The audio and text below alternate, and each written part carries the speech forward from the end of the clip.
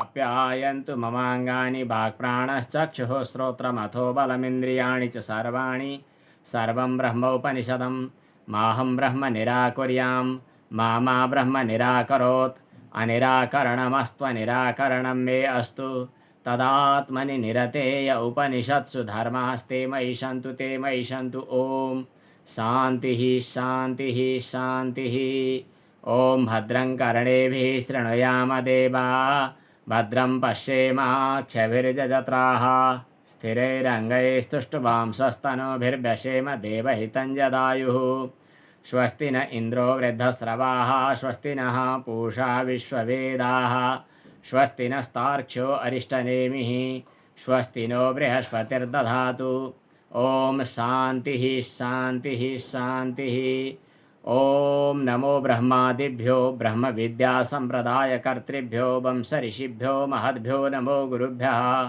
सर्वोपप्लवरहितः प्रज्ञानघनः प्रत्यगर्थो ब्रह्मैवाहमस्मि ॐ अज्ञानतिमिरान्धस्य ज्ञानाञ्जनशलाकया चक्षुरुन्मीलितं येन तस्मै श्रीगुरवे नमः नारायणसमारम्भां शङ्कराचार्यमध्यमाम् अस्मदाचार्यपर्यन्तां वन्दे गुरुपरम्पराम् नमो नमः। सद्गुरुदेव भगवानलाई वन्दना। तत्त्वबोध उत्तरार्ध वेदान्त प्रवेशिका शीर्षकमा विचार भइरहेको छ जीव भाव कसरी खडा भयो। पञ्चीकृत पञ्चमहाभूतबाट हाम्रो स्थूल शरीर उत्पन्न भयो। जसरी व्यष्टिमा हाम्रो स्थूल शरीर पैदा भयो त्यसै गरी समष्टिमा ब्रह्माण्ड पनि पैदा भयो। व्यष्टि समष्टि सिद्धान्त छ एउटा। व्यष्टि भनेर फुटकरलाई, समष्टि भनेर होलसेललाई एकैचोटि बुझे जस्तै। समष्टिमा ब्रह्माण्ड, व्यष्टिमा हाम्रो शरीर। यसै गरी बुद्धि तत्व अनि महत तत्व, अहङ्कार अहम तत्व व्यष्टि र समष्टिको रूपमा छुट्टा छुट्टै। कहिले कहिले कतिपय ठाउँमा समष्टि अविद्यालाई माया र व्यष्टि अविद्यालाई अविद्या भनेको पनि पाइन्छ। यो समष्टि व्यष्टि सिद्धान्त चाहिँ बुझ्यो भने धेरै कुराहरू बुझ्न सकिन्छ। अब हामीले हिजो प्रसङ्ग उठाएका थियौँ, स्थूल शरीराभिमानी जीवनामकं ब्रह्म प्रतिबिम्बं भवति। यो हिजो प्रसङ्ग थियो। स्थूल शरीरको अभिमान गर्ने अर्थात् यो शरीरलाई लिएर म हुँ भन्ने जीव नाम गरेको ब्रह्मको प्रतिबिम्ब हो। त्यही जीव, ब्रह्मको प्रतिबिम्ब रूप जीव प्रकृतिलाई लिएर, प्रकृतिको एउटा पिञ्जरालाई लिएर म त ईश्वरभन्दा भिन्नै हुँ भनेर बुझ्छ। अनि अविद्याको उपाधिलाई लिने आत्मालाई जीव भनिन्छ, मायाको उपाधिलाई लिने आत्मालाई ईश्वर भनिन्छ। माया र अविद्या चाहिँ जीव र ईश्वरका, ईश्वर र जीवका उपाधि हुन्। यो तत्त्वबोधको प्रसङ्ग थियो। एवं यस प्रकार उपाधि भेदात, उपाधि भिन्न भिन्न भएपछि जीव र ईश्वर भिन्न भिन्नै भए, तर खास उपाधिलाई लिएर वस्तुमा भेद मान्न मिल्दैन।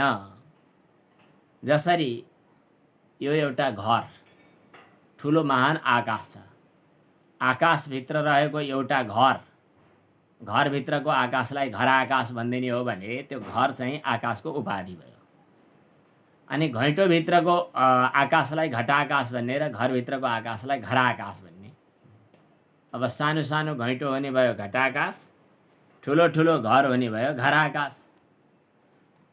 तर घर आकाश भने पनि घटाकाश भने पनि त एउटै हो नि आकाश। त आखिरमा घर भन्नु र घट भन्नु दुईटा उपाधि मात्रै हुन्। एउटा अलि ठुलो उपाधि होला, एउटा अलि सानो उपाधि होला। यो उपाधि मात्रै हो।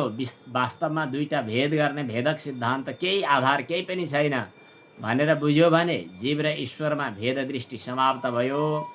जबसम्म यो उपाधिलाई नै लिएर मै गर्दै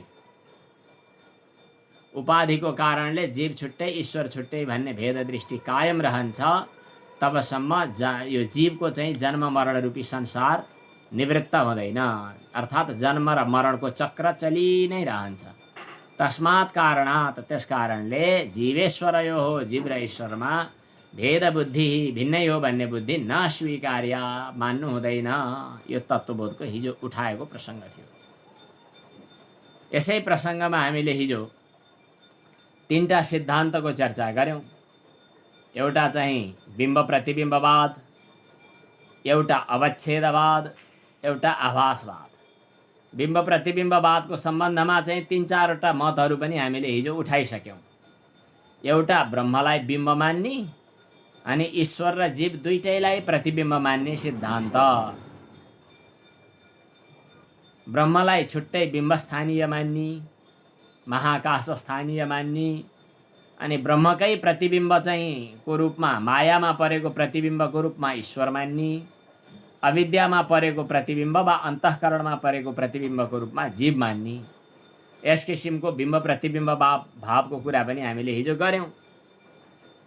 यो बिम्ब प्रतिबिम्बवादमा अलिकति चित्त बुझेन, त्यसकारणले ईश्वरलाई बिम्ब मानौँ, ईश्वरको प्रतिबिम्ब जीव हो। किन? ब्रह्म त निरुपाधिक छ, ब्रह्म त निराकार छ। ब्रह्मको प्रतिबिम्ब पर्यो भन्न अलि गाह्रो पर्छ एउटा। अर्को, ईश्वरलाई प्रतिबिम्ब स्थानीय मान्न पनि त अलि सिद्धान्त मिल्दैन। ईश्वरलाई अलि चोखै राखौँ भन्ने अर्थमा ईश्वरलाई नै बिम्ब मान्ने, अनि ईश्वरको अन्तःकरणमा परेको जो छाया हो, छहारी हो, त्यसलाई प्रतिबिम्ब मान्ने। यस किसिमको बिम्ब प्रतिबिम्बवाद पनि बिम्ब प्रतिबिम्बवाद भित्रै आउँछ। बिम्ब चैतन्य ईश्वरको प्रतिबिम्ब मायामा पर्यो भने पनि भयो, अविद्यामा परे पनि भयो हो, त्यसलाई चाहिँ ईश्वर चैतन्य मान्ने। अन्तःकरणमा परेको प्रतिबिम्बलाई चाहिँ जीव चैतन्य मान्ने। अन्तःकरणमा परेको जीव, मायामा परेको ईश्वर, यस किसिमको भनाइ पनि थियो। यिनीहरूले घट, जलाशय, अनि चाहिँ घटाकाश, महाकाश, अभ्राकाश इत्यादि जो हामीले पूर्व यो पञ्चदशीको प्रसङ्गलाई पनि ल्याएर कुरा उठायौँ, त्योसँग मिल्छ। ईश्वरलाई प्रतिबिम्ब मान्दा अलिकति ईश्वरमा अज्ञानको सम्बन्ध रहेको भन्ने हुने भयो। अनि प्रतिबिम्ब भनेपछि त्यो अलि हलचल गर्छ। प्रतिबिम्ब भन्ने बित्तिकै त्यो बिम्बभन्दा धेरै भिन्न, धेरै टाढा, कल्पना, काल्पनिक हुन्छ। ईश्वरलाई यस्तो नभनौँ, ईश्वर चाहिँ अलिकति छुट्टै छ भनेर ईश्वरलाई चाहिँ अलिकति छुट्टै मान्ने मत पनि यसभित्र आएको छ। यो चाहिँ विवरणकारको मत रह्यो। ईश्वरलाई बिम्बस्थानीय मान्ने, अनि अविद्यामा परेको जो चैतन्यको आभास हो त्यसलाई चिदाभास मान्ने अथवा जीव मान्ने। यो चाहिँ विवरणकारको बिम्ब प्रतिबिम्बवाद भयो। खास गरी बिम्ब प्रतिबिम्बवादभित्र 2टा सिद्धान्त आए। एउटा संक्षेप शारीरककारको सिद्धान्त, एउटा विवरणकारको सिद्धान्त। संक्षेप शारीरकममा चाहिँ ब्रह्मलाई मूल बिम्ब मान्ने, अनि ईश्वर पनि जीव पनि दुईटै प्रतिबिम्ब हुन् भन्ने। अनि विवरणकार, विवरण प्रमेय सङ्ग्रहमा यो कुराको सङ्ग्रह भएको छ। विवरणकारले के भन्ने त भन्दा ईश्वरलाई बिम्ब अनि जीवलाई प्रतिबिम्ब मान्ने। यस प्रकार बिम्ब र प्रतिबिम्ब मान्ने जो सिद्धान्त हो त्यसलाई बिम्ब प्रतिबिम्ब भाव भनेर मानियो। यसमा धेरै फेरि ओहो भिन्न भिन्नै मतभेद रहेछन् भनेर टाउको दुखाउनु पर्दैन। यसको पछाडि समाधान छ। अन्तिममा समाधानको श्लोक हामी बताउँला। हुन त अहिले भन्दा पनि भइहाल्यो, त्यो पछि भन्ने कुरा हो। यया यया भवेत् पुंसां प्रवृत्तिः प्रत्यगात्मनि। जुन जुन तरिकाले आत्मतत्वको बोधमा हजुर हाम्रो मनोवृत्ति लाग्न सहज हुन्छ, त्यो प्रक्रियालाई अवलम्बन गरौँ। हाम्रो गाउँघरतिर चाहिँ एउटा उखान प्रसिद्ध थियो नेपाली भाषामा, जुन बाटो गए पनि बटौली भन्ने चलन थियो। नुन किन्न बटौली, बुटवल भन्ने ठाउँमा जाने चलन थियो। पहिला बटौली भन्थे। कोही यताको बाटो जानुपर्छ, यो खोलोको बाटो, कोही उता डाँडाको बाटो भन्थे। अनि त्यसको समाधान गर्नेले भनिदिँदो रहेछ बुढोपाकोले, जुन बाटो गए पनि उही बटौली। जुन प्रक्रियाले भए पनि ब्रह्मतत्वको बोध गर्ने, अनि आफ्नो जीवभाव चाहिँ ब्रह्मलाई बोधद्वारा ब्रह्मभावमा समाहित गर्ने, यसको सिद्धान्त त यही नै हो। तर यसभित्र एउटा बिम्ब प्रतिबिम्ब वादको हिजो जो कुरा गऱ्यौँ त्यो हिजो हामीले चर्चा गऱ्यौँ, आज त्यसको उपसंहार गऱ्यौँ। अब यसपछि अर्को चाहिँ अवच्छेदवाद भन्ने कुरा आउँछ। अवच्छेदवादको सिद्धान्त के छ भने बिम्ब प्रतिबिम्बवाद मान्दाखेरि अलिकति कुरा मिल्दैन, केही थोरै दोष आइपुग्छ। किनभने त्यो प्रतिबिम्ब भएको जो जो जो प्रतिबिम्ब हो त्यसको कुनै अस्तित्व हुँदैन, त्यो समाप्त हुनु नै मोक्ष हुन्छ। यहाँ हामीले जसलाई जीवको रूपमा मानिरहेका छौँ त्यो जीव त्यति साह्रो बेकार त होइन, त्यो आखिरमा वस्तुतः ब्रह्म नै त हो नि। जीव पनि ब्रह्म नै हो, जीवको नाश हुनु जरुरी छैन, उपाधिको नाश हुने हो। त्यसकारणले जीवलाई नाश हुनु मुक्ति हो भन्ने अर्थ गर्दा गलत बुझाइ हुन सक्छ। त्यसकारणले जीव पनि वस्तुतः जीव भनेको शिव भनेको एउटै त हो नि। जीव शिव उस्तै उस्तै त छ। जीव भन्नु ब्रह्म भन्नु, जीवो ब्रह्मैव नापरः, ब्रह्म नै हो भनिसकेपछि जीव नष्ट हुनुपर्ने, मोक्ष अवस्थामा जीवलाई कुनै खलबल हुनुपर्ने केही पनि हुँदैन।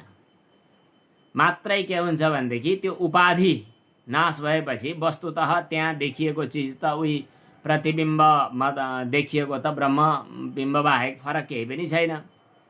त्यसकारणले यहाँ प्रतिबिम्ब नाश हुनु पर्दैन, त्यसकारणले अविद्या प्रतिबिम्बित जीव भन्न पनि हुँदैन।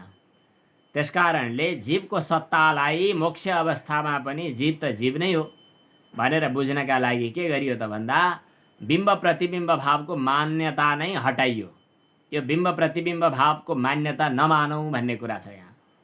अब यसमा के गर्नु पर्यो त भन्दा घटाकाश महाकाश अघि भने जस्तै घटाकाश जस्तै कुरा गर्नु पर्यो। यसलाई भनिन्छ अवच्छेदवाद।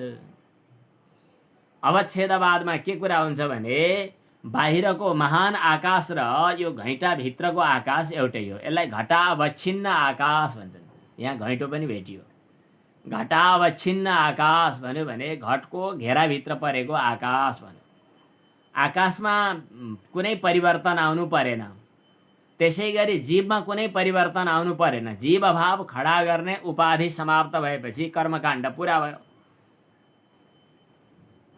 घटाकाशको दृष्टान्त चाहिँ यो बिम्ब प्रतिबिम्बको दृष्टान्त बिम्ब प्रतिबिम्बवादमा, घटाकाशको दृष्टान्त यो अवच्छेदवादमा। घटाकाशको दृष्टान्तमा के गर्न थालियो त भन्दा एउटै आकाश, सर्वव्यापक आकाश घट मठ जस्ता भिन्न भिन्न उपाधिमा पसेर घटाकाश मठाकाश आदि छुट्टा छुट्टै नाम लिन थाल्यो व्यवहारका लागि, काम चलाउनका लागि। त्यो विभाग एक किसिमको कल्पना हो। त्यसै गरी ब्रह्म त एउटै हो, व्यापक हो, सर्वत्र छ, निरवच्छिन्न छ। निरवच्छिन्न ब्रह्ममा अविद्यारूपी उपाधिले अवच्छिन्नता देखा पर्यो, घेरियो। निरवच्छिन्न आकाशमा घटरूपी उपाधिले अवच्छिन्नता अथवा अवच्छेद खडा भयो।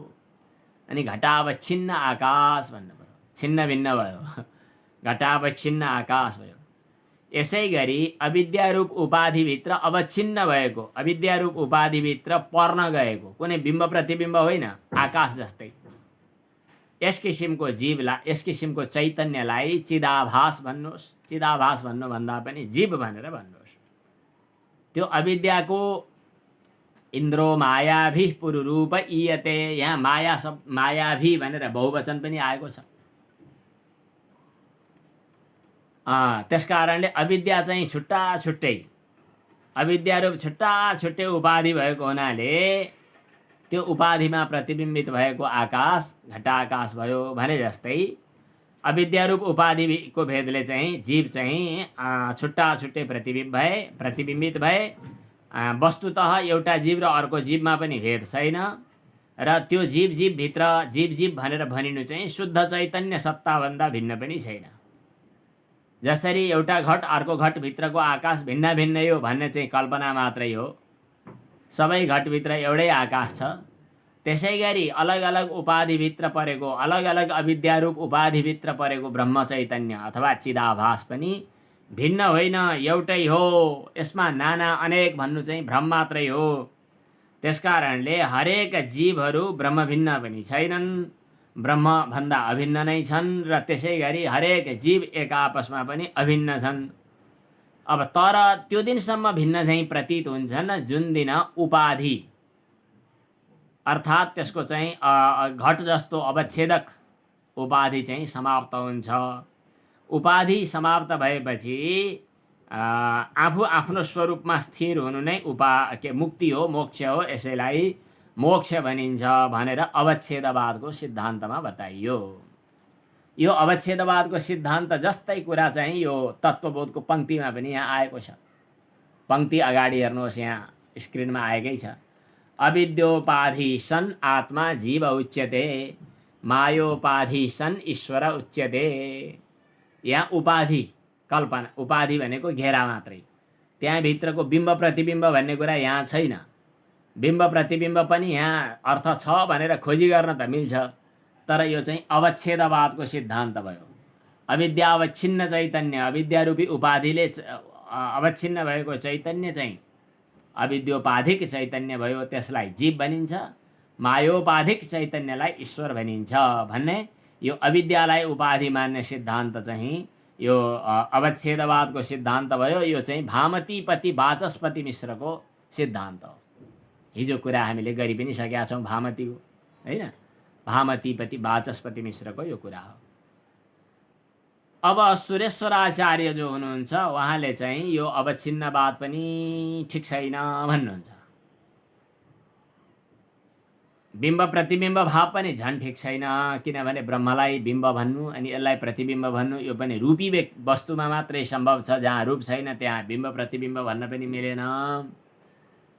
अनि त्यसपछि चाहिँ ईश्वरलाई बिम्ब यसलाई प्रतिबिम्ब भन्दा पनि चाहिँ यो प्रतिबिम्ब अथवा ईश्वरलाई बिम्ब प्रतिबिम्ब जे भने पनि त्यहाँनेरि जीवमा विनाशी हुने समस्या हुने भयो। प्रतिबिम्ब त समाप्त भयो, टुक्रा टुक्रा पर्यो, पानी पोखिएपछि प्रतिबिम्ब खत्तम भयो भन्नु पर्यो। प्रतिबिम्ब गएर वहाँ बिम्बमा मिल्छ भन्ने छैन, प्रतिबिम्ब त यहीँ पोखियो भन्नुपर्ने हुन्छ। तर जीव यसरी यहाँ पोखिएर समाप्त हुनेवाला छैन। यो जीव भनेको त शुद्ध चैतन्य नै हो, अलिकति अज्ञानको उपाधिको कारणले मात्रै हो। यस अर्थमा चाहिँ अवच्छेदवाद अलि चित्त बुझ्दो वाद भयो भनेर मानियो। तर आभासवाद मान्नेले के भन्नुहुन्छ त भन्दा यहाँ यो अवच्छेदवादमा पनि जीव धेरैवटा भए, घैटे पिछेका आकाश छुट्टा छुट्टै भएर घटाकाश भिन्ना भिन्नै भए जस्तो यहाँ जीव धेरै कहाँ छन्? जीवको भेद पनि वास्तवमा छैन। यदि जीवमा पनि भेद छ भन्ने हो भने त अद्वैतवाद सिद्धान्त कहाँ बन्नी? हजुर जीव, म जीव, त्यो घैँटाभित्र छिरेको आकाश, यो घैँटाभित्र छिरेको आकाश भिन्ना भिन्नै भन्ने ढङ्गले उपाधिलाई घेराको रूपमा अगाडि मान्यता दिने हो भने कुरा बर्बादै हुन्छ। त्यसकारणले कुरा के हो त भन्दा एक आत्मा एकमेव द्वितीयम ब्रह्म नेह नानास्ति किञ्चन। एउटै ब्रह्म, एउटै सर्वान्तर्यामी सर्वव्यापक साक्षी चेता केवलो निर्गुणश्च एक ब्रह्म बाहेक, एक आत्मा बाहेक अरू केही पनि छैन। ब्रह्म सत्यम जगन मिथ्या जीवो ब्रह्मैव नापरः। त्यो आत्मा अन्तर्यामी छ। आत्मालाई कुनै साक्षी भन्नु, जगतको कारण भन्नु, अनि उसले कुनै कर्म गर्यो भन्नु, दुनियादारी गर्यो भन्नु, प्रपञ्ची भयो भन्नु, जन्म मृत्युमा पर्यो भन्नु, नरकमा गयो भन्नु, दुःख सुख पायो भन्नु, यो सबै गलत हो।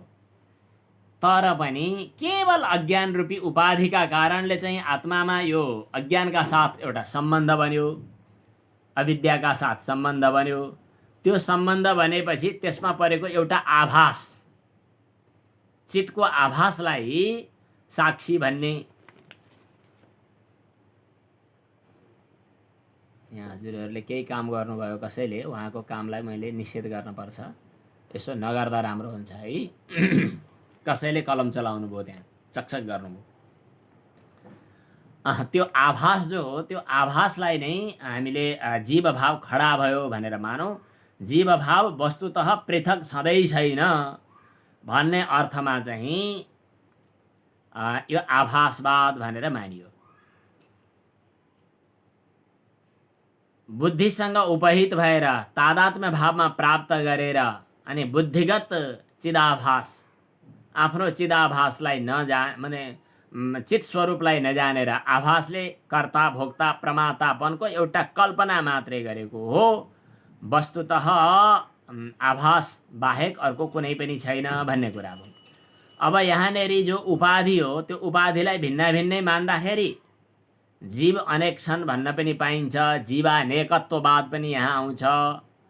कतिपय मानिसहरू जीव भिन्न भिन्नै छन् भन्ने कुरा, कतिपय सिद्धान्तीहरू जीव भिन्न भिन्नै छन् भन्ने कुरा पनि मान्नुहुन्न। उहाँहरू जीवैकत्ववादी पनि हुनुहुन्छ। जीव एउटा हो कि अनेक हो भन्ने सम्बन्धमा पनि शास्त्रकारहरूका बीचमा मत विभाजन त नभनौँ, अलग अलग विचार विमर्शहरू भएका छन्। जीव एक छ कि अनेक छ भनेर, अनि दुईटै मत पाइन्छन्। अब वस्तुतः जीव एक हो कि अनेक हो भनेर कुरा गर्दा एको के छ श्लोक, एको जीव उतानेक तत्रानुपदवादिनः एकम देहम च तस्यैकम अन्यत स्वप्न समम विदु। एउटा जीव मात्र छ, अरू जीव छैनन्, अरू जीव हुँदैनन् भनिसकेपछि एउटा जीवलाई चाहिँ, एउटा देहमा रहेको जीवलाई चाहिँ जीव भाव खडा भयो भनेर मान्ने, अरू जीवहरू चाहिँ स्वाप्निक जीव हुन्, जीवाभास हुन्, जीव जस्ता लागेका हुन् भनेर भन्ने, यस्तो पनि एउटा सिद्धान्त छ। कसै कसैले चाहिँ हिरण्यगर्भ प्रथम जीव जो बताए नि शास्त्रमा, हिरण्यगर्भ समवर्तताग्रे भूतस्य जातः पतिरेक आसीत्, उनलाई असली जीव भन्ने। अरू हामी हजुर हामी जति हौँ जीव चाहिँ जीवाभास हुन्, जीवका आभास मात्रै हुन् भनेर भन्ने। लोकवत्तु लीला कैवल्यम अधिकम तु भेद निर्देशात्, ब्रह्मसूत्रमा यी सूत्र आएका छन्। यसको आधारमा यी सबै जीवाभास हुन् भन्ने। जीवाभासको सम्बन्धमा हजुरहरूले त्यो पञ्चदशीमा पढेको चित्रपट दृष्टान्त पनि मिल्छ। एउटा असली चित्र हुन्छ, के अरे असली व्यक्ति हुन्छ, अर्को चाहिँ फेरि असली व्यक्तिको चाहिँ चित्र हुन्छ, अनि त्यो चित्रमा पनि फेरि चित्राभास हुन्छ। अर्को एउटा भित्तोमा, मतलब एउटा कपडामा भनौँ अथवा भित्तामा मानिसहरू बसिरहेका छन्, अनि मानिसहरूले ऐना हेरिरहेका छन् चित्रमा लेख्ने, त्यो ऐनामा पनि अर्को प्रतिबिम्ब परेको फेरि चित्र लेख्ने, त्यो आफैमा चित्र हो। जस्तो कहिले कहिले भिडियो एडिटिङ गर्नेहरूले, भिडियो खिच्नेहरूले सायद त्यो विवाहको भिडियो खिच्ने बेलामा खिच्दिए जस्तो लाग्छ। के गरे त भन्दा एउटा भिडियो खिच्ने भिडियोवाला मोटरसाइकलमा चढेर हिँडिराखेका छ, अगाडि जन्ती हिँडिराखेका छन्, देखेको भिडियो खिचिराखेका छ। मोटरसाइकलमा म हिँडेको छु वा गाडीमा हिँडेको छु भन्ने देखाउनका लागि गाडीको ऐनामा खिचेको छ, त्यो ऐनाबाट पछाडिको दृश्य देखाइरहेको छ, त्यो पनि भिडियोमा खिचिरहेको छ। भनेपछि जसरी प्रतिबिम्बमा पनि फेरि आभासको कल्पना गरिन्छ, यसै गरी एउटा चाहिँ जीव हो, त्यो ब्रह्मको चिदाभास हो, त्यो चाहिँ असली हिरण्यगर्भ हो। त्यो हिरण्यगर्भ चिदाभासको पनि आभास, कल्पनाको पनि कल्पना, साहित्य झुटको पनि झुट हो भनेर कुनले सिद्धान्त स्थापित गरे, के पश्चिमा कुन साहित्यिक विद्वानले भन्ने कथा सुनाउँछन्, भन्ने माने समालोचना पढ्छन्, हो त्यस्तै जस्तो एउटा जीव असली जीव हो, अरू जीव चाहिँ यस्तै खाले हुन् भनेर भन्ने चाहिँ पनि चिन्तन छ। यस अन्तर्गत हजुर हामी भेद यो केही पनि छैन भन्ने अर्थमा पुग्नुपर्ने हुन्छ। अब कायव्यूह सिद्धान्त पनि यहाँ आएको छ। कायव्यूह सिद्धान्त भनेको जसरी एउटै योगीले योग साधना गर्दै धेरैवटा शरीरमा पनि प्रवेश गर्ने सामर्थ्य प्राप्त गर्दछन्, यो संयमद्वारा। यो विभूतिपादमा अहिले कस्तो सौभाग्य मिलेको छ, पातञ्जल योग सूत्रको विभूतिपादको पढाइ चलिरहेको छ, व्यास भाष्य सहित दिउँसो। त्यतिखेर कस्ता कस्ता अनौठा अनौठा सिद्धि मिल्ने कुराहरू गरेको थियो। त्यहाँ कायव्यूह प्रवेश, परकाय प्रवेश, परशरीर प्रवेशका कुराहरू पनि आएका छन्। त्यसै गरी अलग अलग शरीरमा पनि प्रवेश गर्ने एउटै जीव, हजुरको शरीरभित्र प्रवेश गर्ने, मेरो शरीरभित्र प्रवेश गर्ने, उसको शरीरभित्र प्रवेश गर्ने, उसको शरीरभित्र प्रवेश गर्ने, यो सबै शरीरभित्र प्रवेश गर्ने जीव पनि एउटै हो। जीवाभास कसलाई भन्ने र सबै जीव तर एउटै। एउटै जीव अनन्त शरीरभित्र प्रवेश गरेर भिन्न भिन्नै रूपमा देखा परेको छ, तर जीव एउटै हो भन्ने पनि एकजीववादको सिद्धान्तभित्र पर्छ।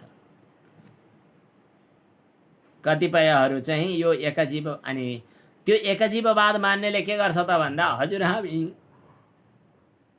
बन्धनमा परेको र मोक्ष हुनुपर्ने भन्ने चिन्ता र चासो चाहिँ अविद्या निवृत्तिको चासो त ठिकै हो, तर अविद्याद्वारा कल्पना भएको हाम्रो जो अस्तित्व हो त्यो वास्तविक हुँदै होइन। खास वेदान्तको अन्तिम सिद्धान्त विचार गर्दा मोक्ष भन्ने छैन, किनभने बन्धनै छैन। बन्धन भए पो मोक्ष हुन्छ। बन्धन छ, नआत्तिनुहोस्, बन्धन छ, तर बन्धन कस्तो छ त भन्दा काल्पनिक बन्धन छ। साँच्चै बन्धन छ त? साँच्चै बन्धन भए त द्वैतापत्ति भइगयो नि, एउटा ब्रह्म एउटा बन्धन, त्यस्तो त हुँदै हुँदैन। बन्धन छ भन् ठान्दिया मात्रै हो, वस्तु त बन्धनै छैन। बन्धनै नभइसकेपछि मोक्ष पनि कहाँ हुन्छ? बन्धन भयो भन्नु, अनि मोक्षका लागि प्रयास गर्नु, म मुक्त भएँ भन्नु, यी सबै आविद्धिक काल्पनिक कुरा मात्रै हुन् भन्ने कुरा यो एकजीववादको सिद्धान्तभित्र पर्छ। यो अहिले पछि पछि बिस्तारै बिस्तारै यदि भगवानको कृपा भइरह्यो भने, हजुरहरूको पनि उत्सुकता र उत्साह भइरह्यो भने, हामी बिस्तारै अरू अगाडिका ग्रन्थहरूको पनि आधारमा विचार विमर्श गर्दै गऱ्यौँ भने यसका लागि शास्त्रीय वचनहरू र मूल ग्रन्थहरू समेत अगाडि राखेर हामी यो एकजीववाद अनि एकजीववाद लगायतका विभिन्न सिद्धान्तहरूको चर्चा, चिन्ता, चासो, विचार विमर्श गरौँला। अहिले पछि पढिने वा पढ्न उपयुक्त भएका चिजहरूको, विषयवस्तुहरूको अहिले सङ्केत मात्रै हामीले गरिरहेका छौँ। एकजीववादमा यी विभिन्न सिद्धान्तहरू आएका छन्, तर यो चाहिँ के हुन्छ त भन्दाखेरि दृष्टि सृष्टिवादभित्र पर्छ। यो फेरि अर्को वाद छ। वाद भनेको सिद्धान्त। एउटा दृष्टि सृष्टिवाद। दृष्टि सृष्टिवादले के भन्यो त भन्दा, तपाईँले देख्नुभयो त्यस कारणले सृष्टि भयो, तपाईँको दृष्टिका कारणले यो सृष्टि बनेको हो। यो दृष्टि सृष्टिवादभित्र पर्छ। एउटै जीव नै, जीव एउटै छ, शरीरै पिच्छेका छुट्टा छुट्टै जीव भन्नु चाहिँ भ्रान्ति मात्रै हो। जीव एउटै छ, एउटै जीव नै गुरुको उपदेशले, शास्त्रविहित श्रवण मनन निधिध्यासन आदि उपायहरूले जब ब्रह्मतत्व साक्षात्कार गर्दछ, तत्त्व विचार गर्दछ, आत्मबोध हुन्छ। अब तत्त्वबोधपछि आत्मबोध हुन्छ। हाम्रो अस्ति नैको अन्तर्क्रियात्मक कार्यक्रममा यो कुरा उठेको छ, तत्त्वबोधपछि आत्मबोध। अब लगभग यो महिनामा हामी तत्त्वबोध पुरा गर्न सक्यौँ भने अर्को महिनामा हामी आत्मबोध सुरु गर्छौँ। त गुरु कृपाबाट आत्मबोध पुस्तक पढेर होइन, आत्मबोध भयो भने कल्पनाको बन्धन टुट्छ अनि मोक्ष प्राप्त हुन्छ।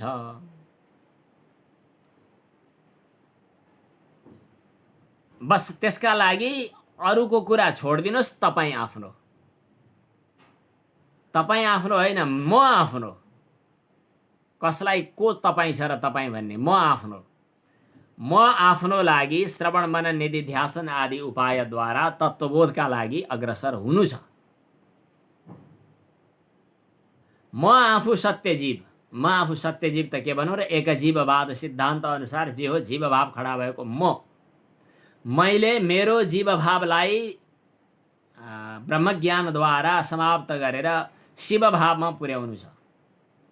त्यसबाहेकका अरू जति जति पनि, अब वामदेव मोक्ष भए भन्नु, सुखदेवजी मोक्ष भए भन्नु, विगतका कुन्नी कसले के गरे भन्नु, यो सबै मेरो उपदेश, मेरो लागि चाहिँ एउटा शास्त्रले दिएको एउटा आधार मात्रै हो, एउटा उपदेश मात्रै हो, वस्तुतः कल्पना मात्र।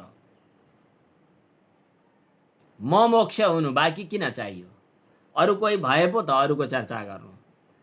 यस किसिमको यो दृष्टि सृष्टिवादभित्र एकजीववाद अन्तर्गतको मान्यतामा यी विचारहरू आएका हुन्छन्। यो एकजीववादमा दृष्टि सृष्टिवादले बढी नजिकमा आयो। जीव दृष्टि सृष्टिवाद भन्नु, जीवैक्य अथवा एकजीववाद भन्नु, यो उस्तै उस्तै हो।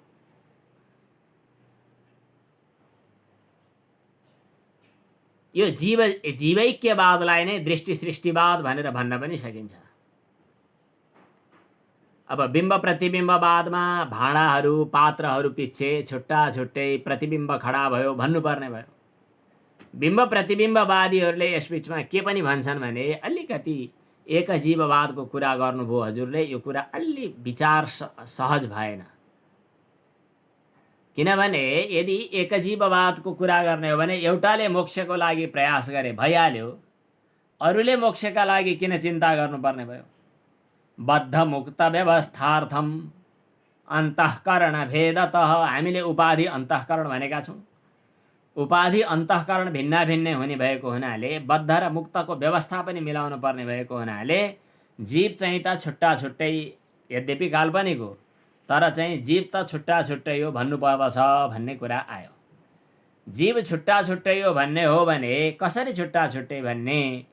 त्यहाँ पनि जस्तै घटमा घटत्व एउटै छ अनि घटत्वावच्छिन्न घट भिन्न भिन्नै छन् भन्ने हुन्छ हाम्रो फेरि न्याय दर्शनको सिद्धान्तमा। एउटा घट, अर्को घट, अर्को घट, यस्ता सयौँ होइन हजारौँ लाखौँ घटमा पनि घटत्व एउटै छ, त्यो जाति हो, घट चाहिँ व्यक्ति हो। यस्तै किसिमले जाति र व्यक्तिको आधार झैँ गरिकन के भन्छ यो जीवभावको पनि कुरा गर्नु पर्यो। जस जसले आत्मज्ञानद्वारा आफूलाई मोक्ष बनाए तिनीहरू गए, मुक्त भए।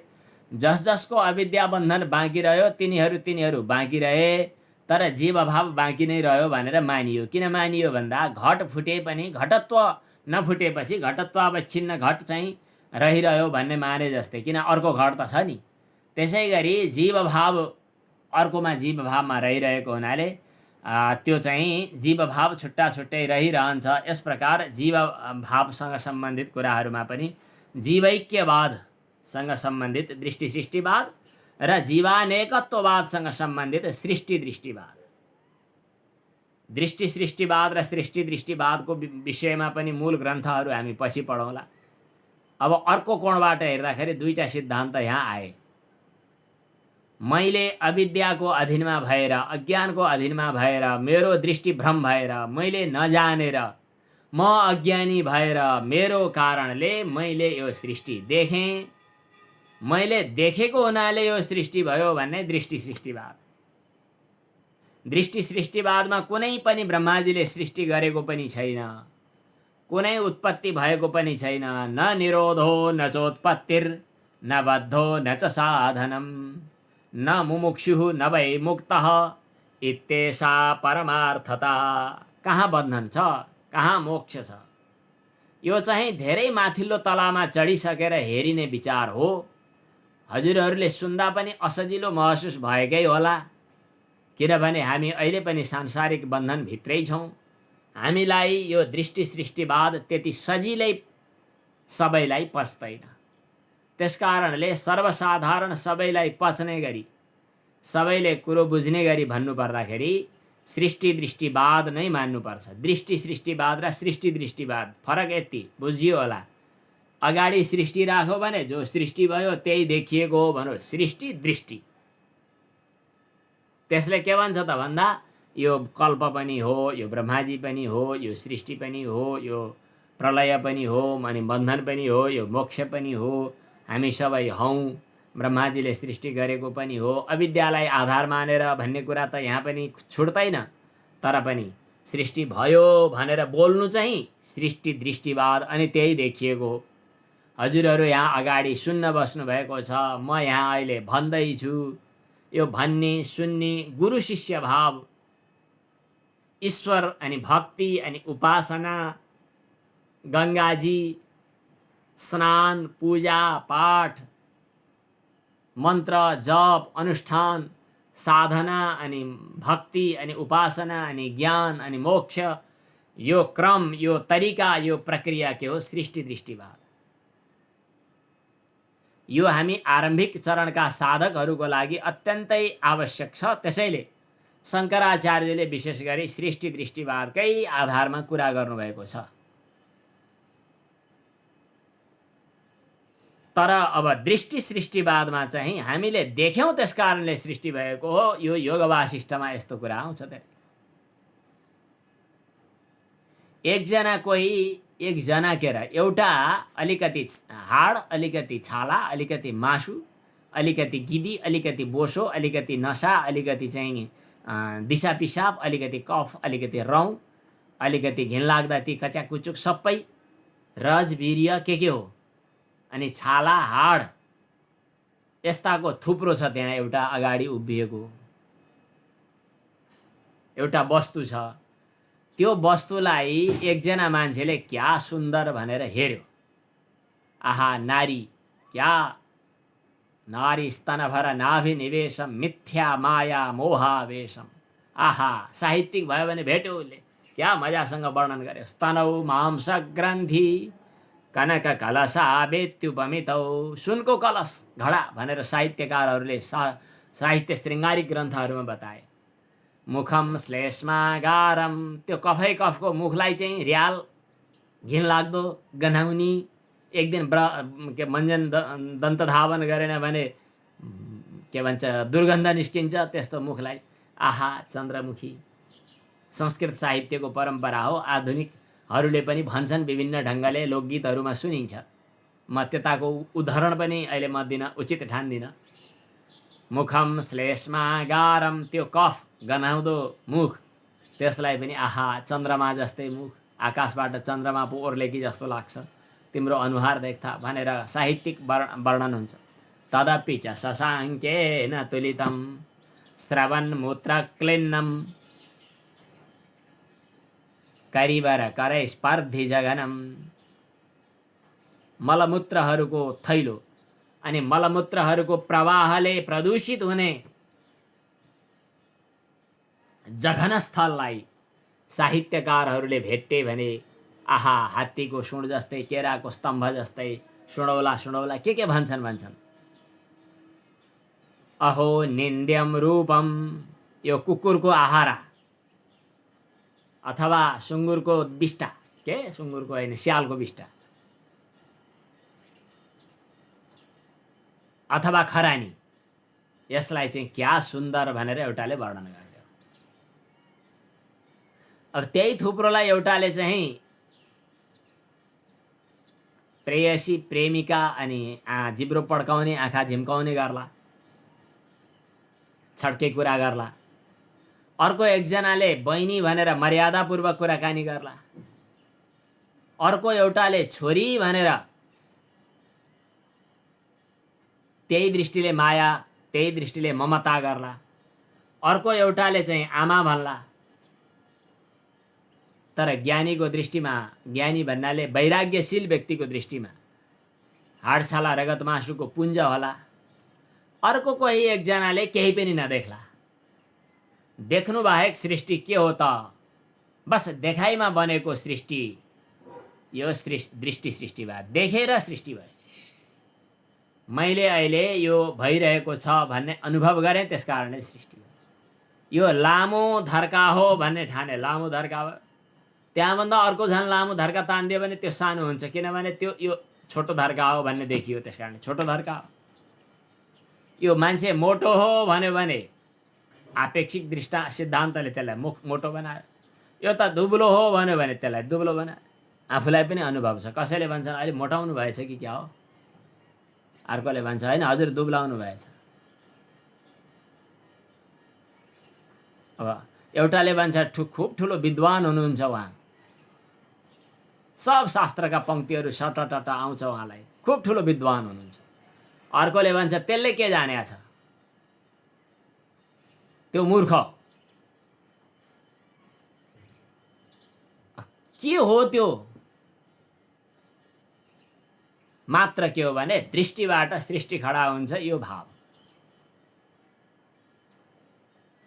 दृष्टिबाट सृष्टि खडा भयो भन्ने यो चिन्तन चाहिँ दृष्टि सृष्टिवाद हो।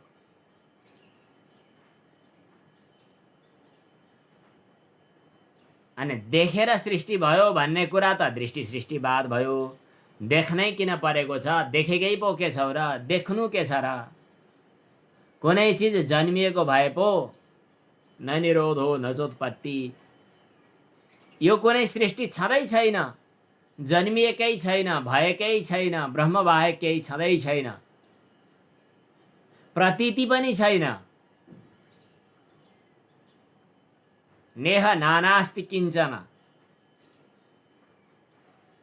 एको रुद्रो न द्वितीयो वतस्थे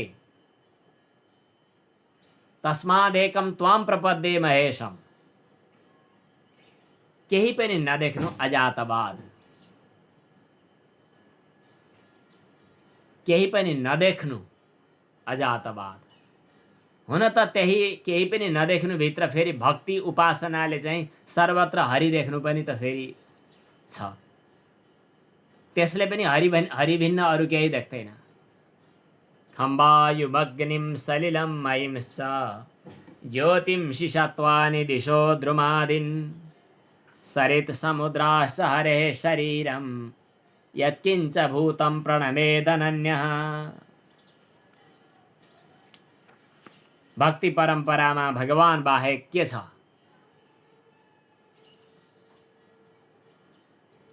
सर्वत्र जे देखिएको छ त्यो ब्रह्मसत्ता बाहेक अरू केही पनि छैन। यस किसिमको प्रसङ्ग छ। वृन्दावनमा प्रसिद्ध भएको एउटा भक्तमालको कथा हो। मैले त्यो पात्र सबैको नाम आउँदैन मलाई, सायद एकदेव, नामदेव, के नरसिंह मेहता अनि के यिनीहरूको समयको एउटा तुकाराम सन्त महात्माहरूका प्रसङ्ग हुन्। भक्तमालको कथा छ। यो भक्तमालको कथा चाहिँ मलाई अहिले त्यति धेरै तयारी छैन, मैले कतै सुनेको। एकजनाको महात्मा थिए, उनी अत्यन्तै ब्रह्मनिष्ठ थिए। उनीसँग शिक्षा दीक्षा लिनका लागि वा उनीसँग केही के कस्ता रहेछन् भनेर विचारै गर्नका लागि, परीक्षा गर्नका लागि, अब राम्रै रहेछन् भने गुरु मानौँ नत्र के छ भनेर भन्नका लागि एकजना कोही अर्का साधु आइपुगे। अर्का साधु आएर दर्शन भेट गर्न खोज्दा जहाँनेरि ती महात्माले पैताला राख्नुभएको थियो, यस्तो कोल्टे परेर सुत्नु भएको, जहाँनेरि कोल्टे परेर सुत्नु भएको थियो र पैताला पुगेको थियो, त्यहाँ भगवान शिवजीको शिवलिङ्ग थियो।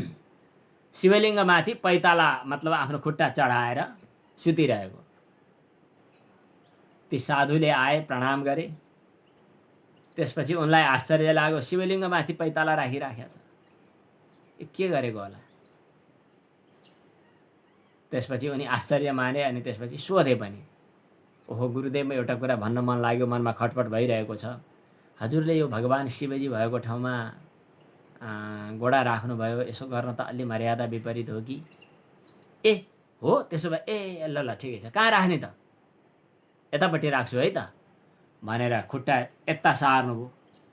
जहाँनेरि खुट्टा सार्नुभयो त्यहीँ शिवलिङ्ग देखियो। अनि त्यहाँ पनि यहाँ होइन, यतापट्टि राख्नु पर्यो, अर्कातिर राख्नुभयो। जहाँ राख्नुभयो त्यहीँ देखियो। अब कहाँ पैताला राख्ने जहाँ शिव तत्त्व व्यापक नहोस्? शिव तत्त्व बाहेक कुनै चिज भए अनि पैताला राख्ने म छुट्टै हुँ, किन शिव तत्त्व भन्दा भिन्न।